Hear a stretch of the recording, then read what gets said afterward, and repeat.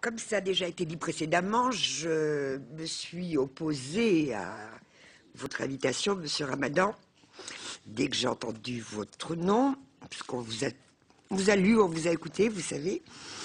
Et de l'opposition à votre invitation, je vais sortir de cette audition peut-être avec encore plus d'inquiétude qu'en y entrant. J'y suis entrée justement avec un esprit d'ouverture et de tolérance parce que je suis très impliquée dans cette mission.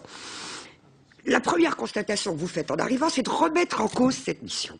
Cette mission, elle n'est pas née des propos de M. Sarkozy. Nous ne sommes pas tous à l'UMP dans cette mission, petit 1.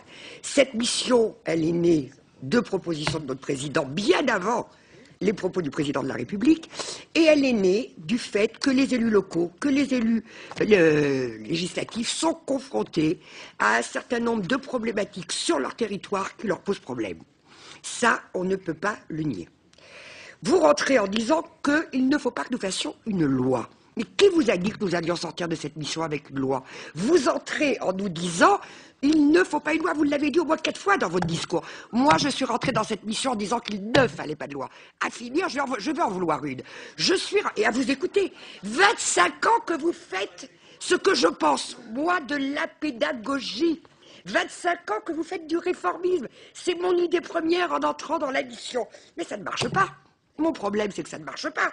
Moi, je veux bien vous croire, je veux bien vous écouter. 25 ans que vous faites ça. Sauf que depuis 25 ans, dans nos quartiers, nous avons une explosion du radicalisme, de certaines formes de choses qui nous posent problème. Effectivement, moi, des femmes avec un voile intégral, dans ma circonscription, il y a 10 ans, je n'en voyais pas. Aujourd'hui, j'en vois tous les jours. Donc, vous n'avez pas réussi, Monsieur Ramadan. Tout ce que vous avez fait, les milliers de conférences, 4 000 personnes, 10 000 personnes, 15 000 personnes, les plateaux de télé. Eh bien, excusez-moi, pourquoi est-ce qu'aujourd'hui, je vois des burqas alors que je n'en voyais pas? Pourquoi est-ce que le vivre ensemble, plus vous avez parlé de questions sociales, mais je pourrais même vous donner raison à 100%.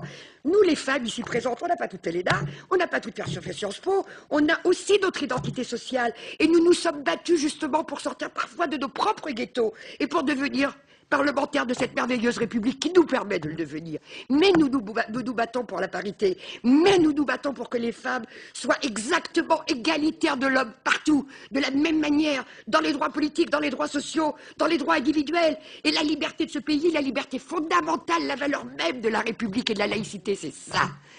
Or, moi, républicaine, tolérante, quand je vois une gamine, parce que vous savez, quand elle n'est pas formée, quand elle n'a pas de poitrine, quand elle n'a pas de fesses, que je vois une personne dans ma circonscription complètement voilée, je ne sais même pas si c'est une femme ou un homme d'ailleurs, parce que je ne sais pas qui est en dessous, si je n'entends pas sa voix. Le vivre ensemble de cette femme que je vois à côté de moi dans le métro, dans un cabinet de radiologie la semaine dernière, j'ai envie de voir son sourire, j'ai envie de voir ce qu'elle pense, j'ai envie de l'apprécier comme je peux vous regarder aujourd'hui. Donc cette condamnation du fait que, loi ou pas loi, je ne vous dis pas qu'il faut une loi, vous voyez, que le fait, si justement vous aviez réussi, si justement vous, le CFCM et d'autres, aviez réussi, on n'aurait pas besoin d'avoir une mission aujourd'hui.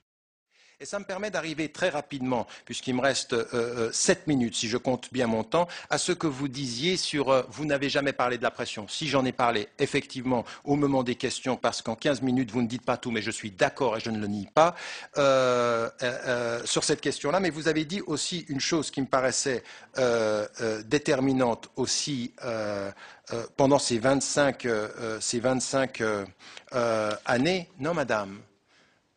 Le travail porte, et le travail porte tellement que je vais vous dire une chose, si nous ne menions pas un travail de terrain, si vous n'aviez pas allé aujourd'hui et observé les cadres et les leaders, le nouveau leadership, dont en particulier le nouveau leadership féminin dans les communautés musulmanes. Le discours majoritaire de ce pays, c'est respectons la loi du pays, c'est nous sommes des Français, c'est nous respectons la loi et nous sommes loyaux. Même plus que ça, l'acquisition de la langue. Donc je vais vous dire une chose, tout ce travail-là, il porte, mais il est un travail à long terme. Alors effectivement, vous pouvez avoir l'impression que la visibilité de certains cache la forêt des autres, mais je vous demande, vous avez une autorité politique, vous avez un engagement politique, ne vous laissez pas trompés par les quelques cas qui ne disent pas les courants de fond. On a énormément évolué aujourd'hui et ce travail-là, vous dites qu'il est un échec. Je peux vous dire aujourd'hui qu'on a énormément avancé, que les choses